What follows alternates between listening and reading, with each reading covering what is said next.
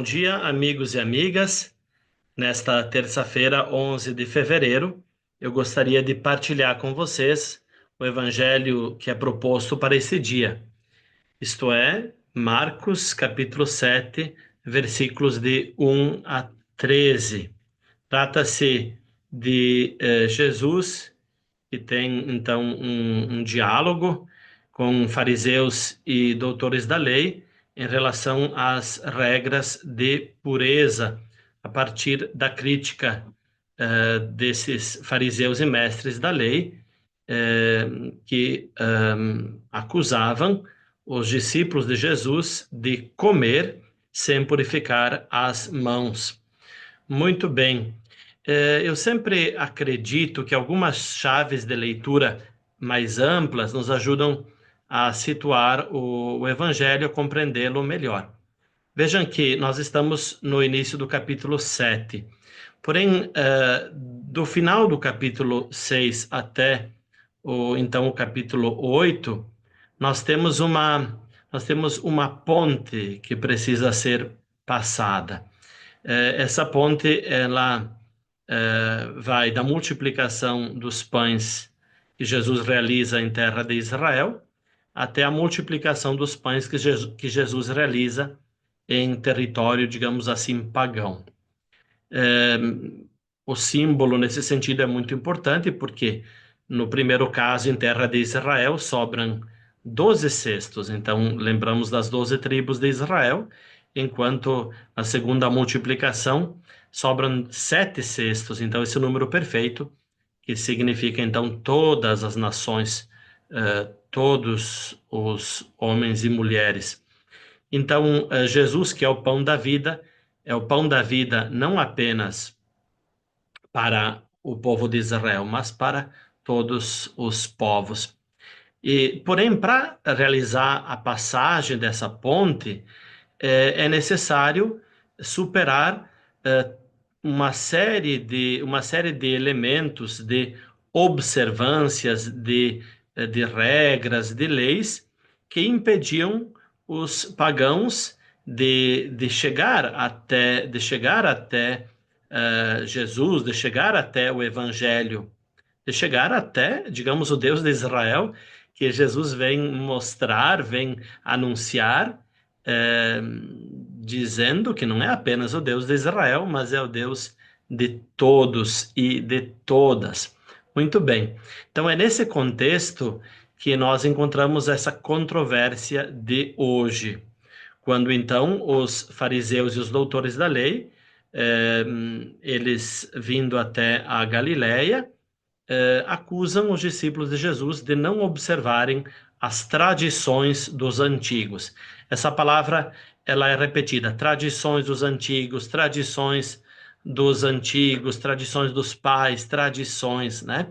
Nós sabemos então que para além da lei de Deus, que nós encontramos nos 5 primeiros livros da Bíblia, né, das Escrituras de Israel, devagarzinho, uma série, não apenas alguns, mas mais do que 600 mandamentos tinham sido acrescentados, de modo que digamos, o judeu fiel devia observar todos esses mandamentos para ser um judeu, digamos assim, fiel.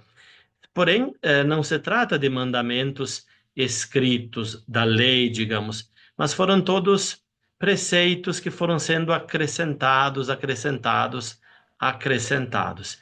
E é aqui que então Jesus critica fortemente, dizendo: vocês, com todos esses, com todos esses preceitos que vêm da tradição, mas não da tradição divina, da tradição humana, vocês acabam sendo infiéis à palavra de Deus. Então, por exemplo, um mandamento central, que é aquele honra pai e mãe, que nós encontramos então nos mandamentos presentes nos livros ali de Êxodo e Deuteronômio, vocês, a partir de preceitos, acabam deixando de lado esta lei de Deus e colocando no lugar tradições humanas.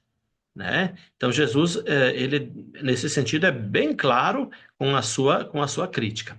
Então é preciso ir além disso para poder então permitir que os não-judeus, os pagãos, os gentios possam então também chegar até o Deus de Israel, que é o Deus de todos os povos, por meio então de Jesus. Eu creio que é importante que agora façamos então uma hermenêutica para nós, uma atualização. Vejam que nós também sempre corremos o risco de aumentar os preceitos humanos.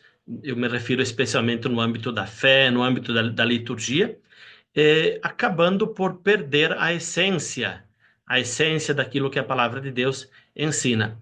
Dou um exemplo do ponto de vista da celebração da Eucaristia. Então, hoje em dia, cada vez mais encontramos pessoas que desejam, então, comungar de joelhos, receber a comunhão apenas na boca, né? Enquanto que, mas no sentido de, por exemplo, dizendo, não, imagina, não podemos receber o corpo de Cristo nas mãos, né? Isso é um desrespeito, uma impureza, enquanto na carta de Tiago diz que o órgão mais perigoso do corpo é a língua, né?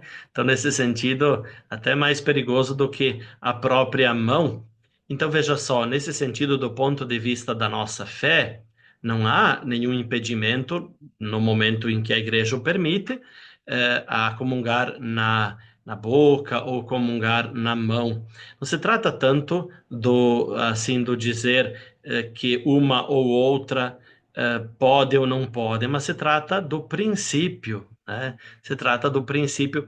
Mas aquilo que eu quero sublinhar é que eu gostaria de fato de sublinhar que para além desses preceitos que vão sendo acrescentados, ele se torna não um motivo de uma maior fidelidade a Deus e aos irmãos, mas se torna um motivo de orgulho.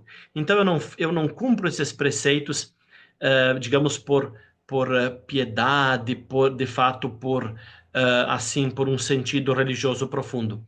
Mas isso me leva a me sentir orgulhoso, melhor do que os outros, e a começar a apontar o dedo para os outros, como no caso da liturgia de hoje. Então, muita atenção. Na Igreja Católica, o Concílio Vaticano II, que foi de 1962 a 1965, veio justamente porque na liturgia, na vida da igreja, tinham sido acrescentados assim um número enorme de preceitos que Jesus diria, não são preceitos segundo a palavra de Deus, mas são preceitos segundo tradições humanas e que levam muitas vezes a perder a essência da palavra de Deus, né? Cuidado, então, muito cuidado, porque isso pode acontecer na igreja, no nosso movimento, na nossa congregação religiosa, na nossa paróquia, na nossa vida. E, no fundo, provoca apenas orgulho e um sentido de apontar o dedo para os outros. O que eu sugiro para mim e para vocês?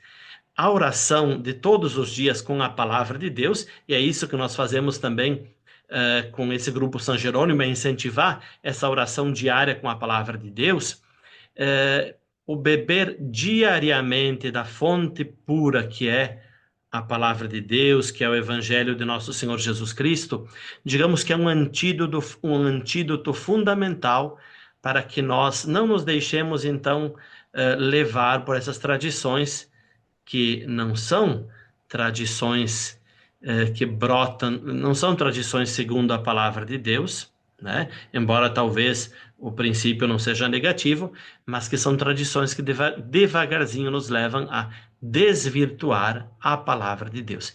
Então, voltemos todo santo dia a beber da fonte pura. Esse é o grande antídoto contra a infidelidade de tradições estéreis.